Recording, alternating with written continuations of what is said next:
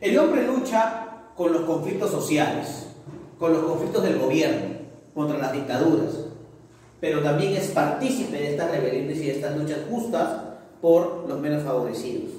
Pero también lucha con conflictos internos, con el trauma de una sociedad que cada día, ¿no es cierto?, se va dividiendo, con ideologías que no le solucionan absolutamente nada, que lo hacen más bien ser parte de un engranaje capitalista, ¿no?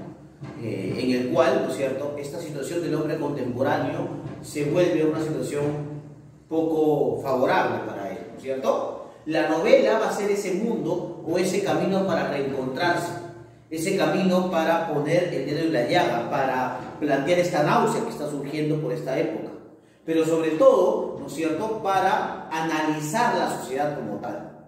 El hombre contemporáneo, como las personas de la nueva novela, se orientan hacia la indagación de sí mismos.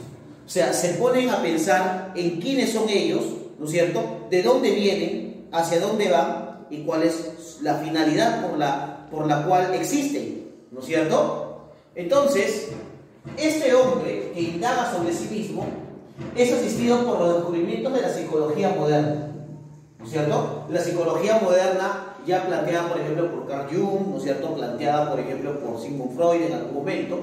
Entonces, estos elementos de la psicología moderna también van a ser abordados por esta novela, ¿no es cierto?, por esta novela vanguardista.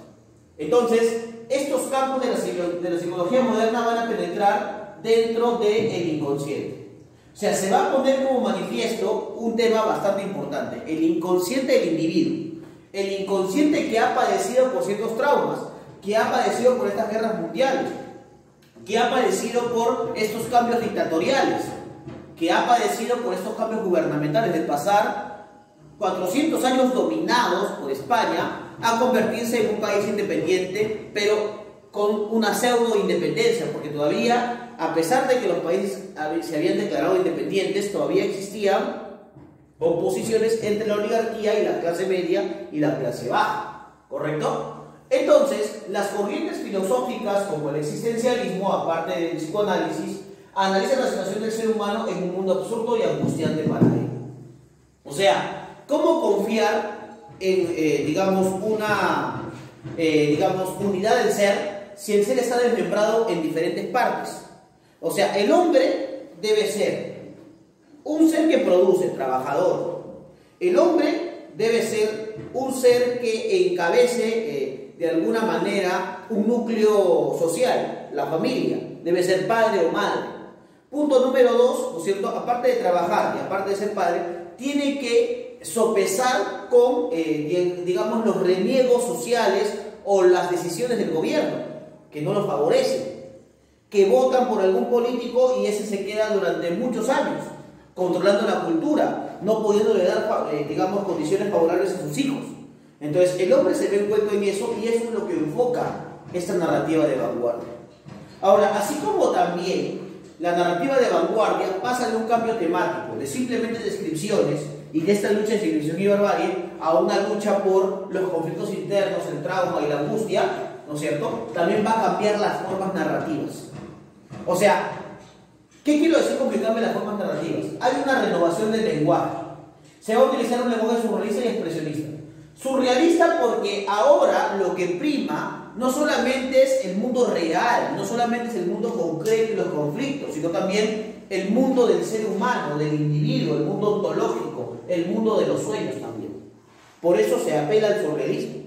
Y también al expresionismo, porque de alguna manera, ¿no es cierto?, el expresionismo que nace en Alemania con Bertolt Brecht y que va a llegar a América Latina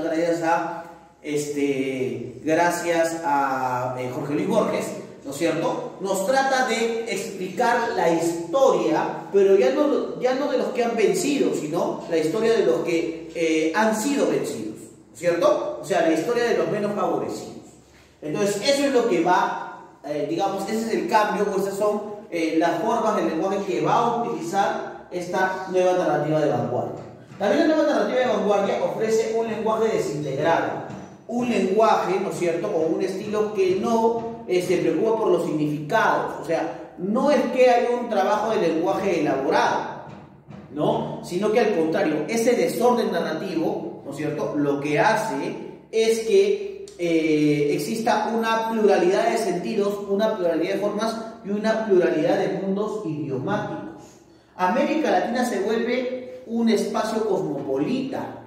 O sea, profesor, ¿a qué se refiere con un espacio cosmopolita? Un espacio donde todas las culturas de alguna manera están presentes, donde ningún individuo es un ser puro, ningún individuo, ¿no es cierto?, es de alguna manera, ningún individuo es un ser capaz de demostrar, ¿no es cierto?, capaz de demostrarse como un líder. No, los individuos están forjándose, están transformándose, ¿no? Y entonces, claro está que la narrativa de Orden Hispanoamérica se va a influenciar en la narrativa hecha en Europa, ¿no? Novelas como, por ejemplo,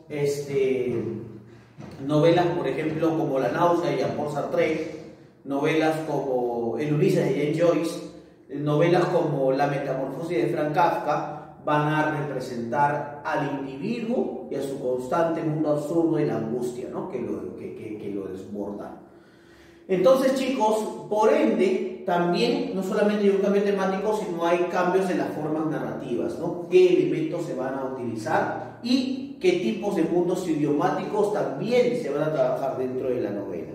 Por eso vamos a hablar de una evolución de la narrativa hispanoamericana. Mira, ¿cómo vamos a llegar a la nueva narrativa hispanoamericana? Porque dentro del barroco español, ustedes saben que el barroco español llega a este continente, a América Latina, ¿no es cierto? El barroco español llega a América Latina en el siglo XVI. Ahora ustedes se preguntarán, profesor, ¿y cómo llega el barroco? Ustedes saben que el barroco es una escuela literaria que parte de España. Todavía en esta época, pues en el siglo XVI, todavía seguíamos siendo colonia de España, hay que recordar. Y además el barroco tenía algo muy interesante, ¿no? El barroco complicaba la forma de decir las cosas, ¿no? Y es por eso que tenía pocos adeptos, era una literatura no popular, ¿no es cierto? Entonces, por esta época se empiezan a crear las famosas crónicas de Indias, donde se relataba de alguna manera no solamente la historia de los españoles que llegaban a América Latina, sino cómo ellos hacían fortuna en el nuevo continente. Lo que va a hacer Alonso de Ercilla, claro está, un cronista español, ¿no es cierto?, que es la primera manifestación de esta narración, ¿no es cierto?, o de esta narrativa hispanoamericana en el continente, ¿no es cierto?, va a ser que Alonso de Ercilla no va a contar la historia de los españoles, sino va a contar la historia de los vencidos. Va a contar, ¿no es cierto?, dentro de su cantar de gesta, que es la araucana, ¿no es cierto?, va a contar la lucha de los indígenas, la rebelión de los indios mapuches, la rebelión del indio capulicán, ¿no es cierto?, que de alguna manera lucha, ¿no es cierto?, en el sur, por ejemplo, de lo que ahora conocemos como Chile, y que se va a rebelar contra Diego de Ojeda, por ejemplo, ¿no?, un gobernante de la época, ¿no?, un gobernante español.